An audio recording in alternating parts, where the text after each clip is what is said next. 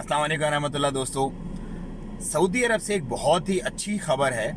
B category में जो country fall करते हैं लाइक पाकिस्तान, इंडिया, बांग्लादेश, नेपाल वगैरह, उनके लिए वो न्यूज़ क्या है, वो न्यूज़ ब्रेक की है बेसिकली सऊदी अथॉरिटीज़ ने भी, और अब वो एमिरेट्स एयरलाइन जो है उसके भी ऑफिशियल पोर्टल पे आ गई है।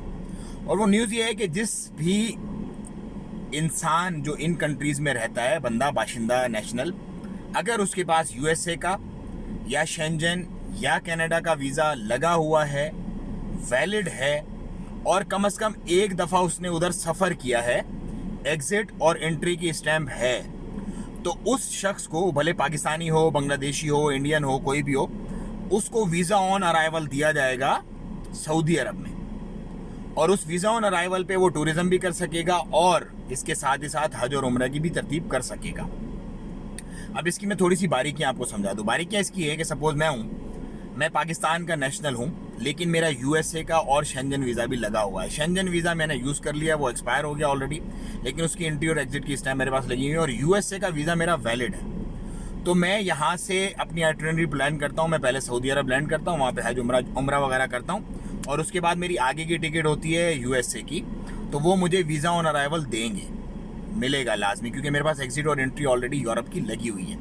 इसी तरह जितने भी लोगों के मल्टीपल एंट्री वीज़ाज लगे हुए हैं, जैसे कनाडा का 10 साल का वीज़ा होता है और यूएसए का भी 10 साल का वीज़ा होता है, वो यूएसए आए गए हैं और उनका वीज़ा भी वैलिड है, तो वो लोग अपनी जस्ट टिकट बुक करवा के डायरेक्ट सऊदी अरब में लैंड कर सकते हैं और उनको वहीं पर वीज़ा ऑन अराइवल मिल जाएगा। लेकिन ये सिर्फ उन लोगों को मिलेगा जो पाकिस्तान, इंडिया और इसके बांग्लादेश के नेशनल्स हैं, कि जिनके ये वीज़ाज लगे हुए होंगे यूएसए, कनाडा और शेंजन के।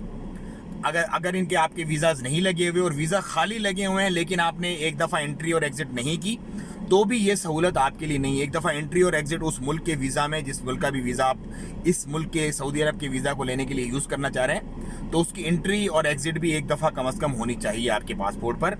और आने वाले दिनों में ये भी कुछ सुध-बुध मैं सुन रहा हूँ, चल रही है, कि जीसीसी के जो रेजिडेंट्स हैं, जो लोग कुवैत में, कतर में, ओमान में, यूएई में, बहरीन में रहते हैं, उनको भी अलाउ किया जाए वीज़ा ऑन अराइवल सऊदी अरब के लिए। लेकिन इस पर अभी बात चलनी है, इस पर उनकी काबीना में जो भी उनकी शूरा है उसके अंदर डिस्कशन होनी है, और इसके बाद इस पर कोई डिसीजन आएगा। क्योंकि आपको पता, सऊदी अरब जो है वो इस वक्त टूरिज़्म के लिए बहुत ज़्यादा अपने मामलात को बढ़ा रहा है, तो उसी को पेश नज़र रखते हुए ये भी गुड न्यूज़ इंशाल्लाह आने वाले कुछ महीनों में आने वाली है। अगर ये अप्रूव हो जाती है उनकी काबीना से, उनके मामलात अगर शूरा से बन जाते हैं, सो जो रेजिडेंट्स हैं यहाँ के, उनको भी इस तरह का कोई ना कोई फैसिलिटी प्रोवाइड की जाएगी।